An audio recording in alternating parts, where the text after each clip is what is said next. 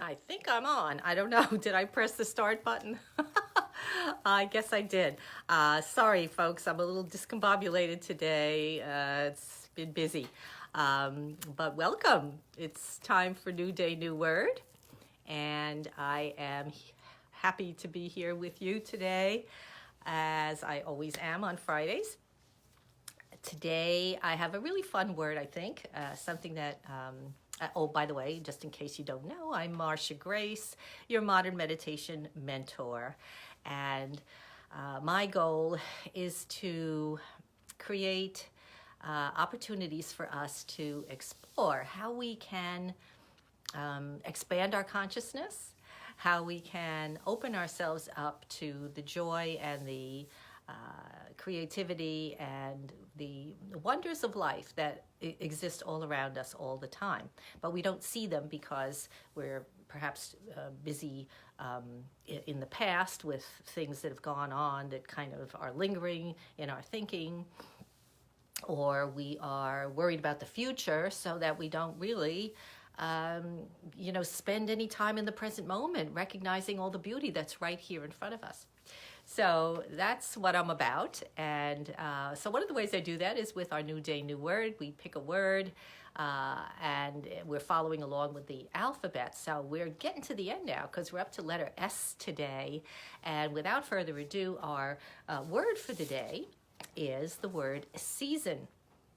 And aren't you glad that you know how to speak English? Because as I always say, English is such a difficult language to learn, not only for spelling, not only for syntax, not only for grammar and all those kinds of things, but also because a single word can have so many different meanings. So it's learning incredible amounts of vocabulary in our language too, to understand the different ways we can use a word. So with the word season, for instance, wow, we have two completely, it seems, different meanings and ways that we can use the word. So the first one, well, let me just tell you. So season comes from the Latin, which is, hi, Samira. Yes, S for Samira. How's your day, Samira? I'm going to wave to you. Hi. Yeah, so, so from the Latin, satio, which means sowing, the action of sowing. Sowing isn't sowing seeds in the ground, right?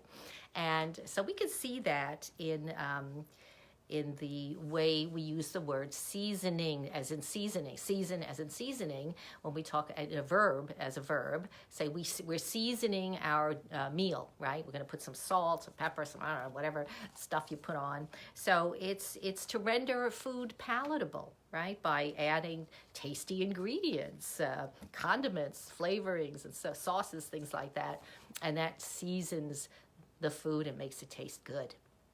So that's one way we can use the word. Another way, as a noun, now let's use it as a noun.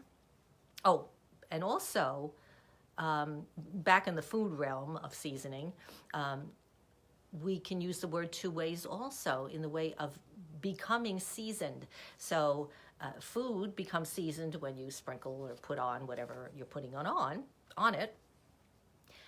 But we also talk about being well seasoned when we talk about people. For instance, we could say, oh, he's a seasoned athlete, or she's a seasoned expert on whatever topic it may be.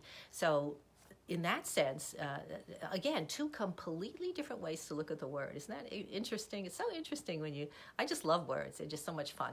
So, okay, so that's the verbal aspect of season. Let's go to the noun aspect of season. And the first thing that I think we would think of if I said the word season to you is you would think of, oh, it's spring. It's the season of spring. And this particular time of year. So a season is a particular time of year. And And yeah, so I guess, we think of, the seasons in our lives. How about the seasons in our lives? We talk about, we're a child, and then we become a teenager, and then we become a young adult, and then we, go on to old age and all of that. So those are the seasons of our lives that we experience. And other things that go through different seasons, seasons in sports and seasons in my grandkids are, they've always been playing some different sport. So depending on the season. So yeah, so that's kind of the word as we think of it in normal terms and everyday usage, right? Very common word. But as you know, I like to take a word and kind of expand upon it, give it some greater depth and see what else we could do with it. So getting back to that kind of idea of being seasoned, and of the seasons in our lives, those kinds of things, that I might ask the question, I might ask you, how do you, what season of life are you in, okay? And that can mean an age thing, but it could also mean a spiritual thing. Are you a newly seeking person? Are you suddenly becoming aware that maybe life has, contours and textures and things that you're just beginning to understand and explore? So perhaps you're very youthful. You're in your spring season of your spiritual life. And that's a great thing to be, because hopefully at that period you're open. You're open to, like, wow, what's happening? I didn't realize that there were all these opportunities and things that existed to explore and to know about.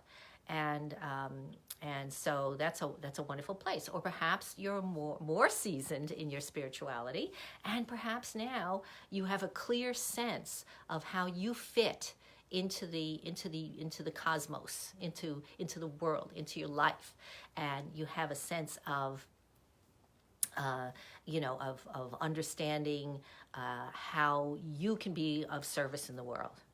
And that's beautiful. That is just wonderful, right?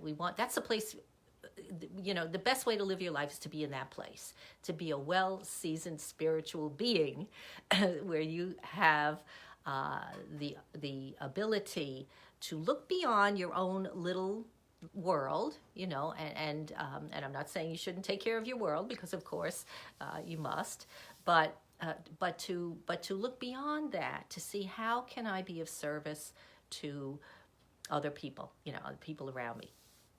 And that gives us a greater sense of fulfillment. It's such a wonderful. It's really to help others is kind of selfish. I like to say that in a funny way, because I really believe that, and I know it's true that when you help other people, it does so much for you. You benefit, so everybody benefits. It's a win-win for everyone. So again, and then the winter of being seasoned as a spiritual being takes on another context, and I'll just talk about that for a minute, where perhaps you are so completely tuned in to the universe, to a higher state of consciousness, to the creator, the source, as you understand it, him, her, whatever, okay? When you are so tuned into that you can, that you really become this entity of influence just by your presence. Just by your presence alone, you become an entity of love, of compassion, of your whole being is this is what you're about, and nothing else, right? This is what you're about and nothing else, right? The middle place, the summer, shall we say, the summer seasoned spiritual being is helping other people and doing great stuff, but also concerned about their own needs and issues. And that's not a bad thing. As I said, these are all seasons. They're part of our experience in this world, in this life that we are going through. And so it's important to cherish each one for what it is, what it offers us. And to just know that if wherever you are in that continuum, that you'll be moving on to the next place. And what comes after winter? Well, we go back to the source. That's my belief. I believe we just go back to the source, and when we're back in the source, we don't have to worry about, there's just no question. There's nothing that needs to be done anymore, because everything is perfect. Everything is complete.